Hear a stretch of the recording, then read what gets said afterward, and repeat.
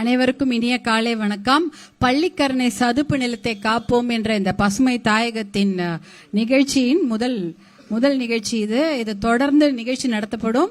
இது ரொம்ப வருடமாக பசுமை தாயகம் சார்பாக பள்ளிக்கரணை சதுப்பு நிலத்தை காக்க வேண்டும் என்ற நிகழ்ச்சியை தொடர்ந்து நடத்தி கொண்டிருக்கின்றோம். இன்னைக்கு இது ஏன் இவ்வளவு முக்கியத்துவம் பெறுகிறது என்றால் தண்ணீர் பிரச்சனை தான். உங்க எல்லாருக்கும் தெரியும், கம்போடியான்னு ஒரு நாடு இருக்கு. அந்த நாட்டுல அங்கோர் வாட்னு ஒரு ஊர் இருக்கு. அந்த ஊர் பாத்தீங்கன்னா ரொம்ப வருஷத்துக்கு முன்னாடி லண்டனுக்கு இணையான ஒரு ஊராக அது இருந்தது. அந்த அங்கோர் வாட்ல பெரிய ராஜாக்கள், நம்ம இந்தியால இருந்து போன, தமிழ்நாட்டில இருந்து போன ராஜாக்கள் தான் ஆண்டு இருக்கிறாங்க. ஜெயவர்மன், சிம்மவர்மன் அப்படின்னு ஆண்டு இருக்காங்க, சூரியவர்மன்லாம். அந்த ராஜாக்கள் அந்த அங்கோர் வாட்ல மிகப்பெரிய பெரிய கோவில்களையும் அரண்மனைகளையும் கட்டி வாழ்ந்துட்டு இருக்கிறாங்க. நகரம் அது, அந்த கிராமமே சொல்ல முடியாது, நகரம். ராஜாக்கள் அங்க அரண்மனையில வாழ்ந்திருக்காங்க, கோவில் கட்டியிருக்காங்க. இன்னைக்கு கூட உலகத்திலேயே மிகப்பெரிய கோவில் அங்கோர் வாட்ல இருக்கக்கூடிய இந்து கோவில் தான்.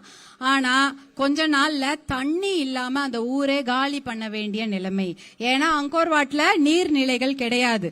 நீர்நிலைகள் இல்ல என்பதற்காக ஒரு ஆர்டிபிஷியல் லேக், குளத்தை உருவாக்குறாங்க.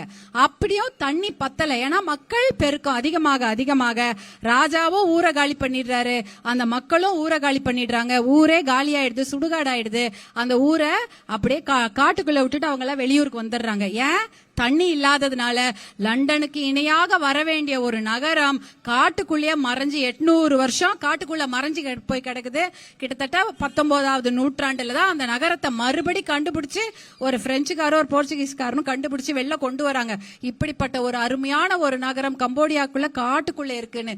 ஏன் அந்த ஊர் காணாம போச்சே? தண்ணி இல்லை. இப்ப சென்னையில நீங்க சொல்றோம், நம்ம இது மிகப்பெரிய ஒரு நகரம், சிட்டி. சென்னை ஒரு மிகப்பெரிய வளரக்கூடிய ஒரு நகரம். இதுல ஏகப்பட்ட 1 கோடி பேர் இன்னைக்கு வாழறோம். நமக்கெல்லாம் தண்ணி வேணும். இந்த தண்ணியில எனக்கு வற்றாத ஜீவநதி தண்ணியில ஓடுதா? ஏதாவது ஓடுதுன்னா அடையார் நதி இருக்குதா? அதுல எப்ப தண்ணி வரும்? மழை பெய்யும் போது தான் தண்ணி வரும். கூவம் ஆறு இருக்கு, அது ஒரு நதி. அதுல தண்ணி குடிக்க முடியுமா? குடிக்க முடியாது. 3வது கொசஸ்தலை ஆறு, அது எங்க இருக்குதா? அது அந்த பகுதியில இருக்குது, எண்ணூர் பகுதியில இருக்குது, வட சென்னை. நம்ம பகுதியில, இந்த பகுதியில கிடையாது.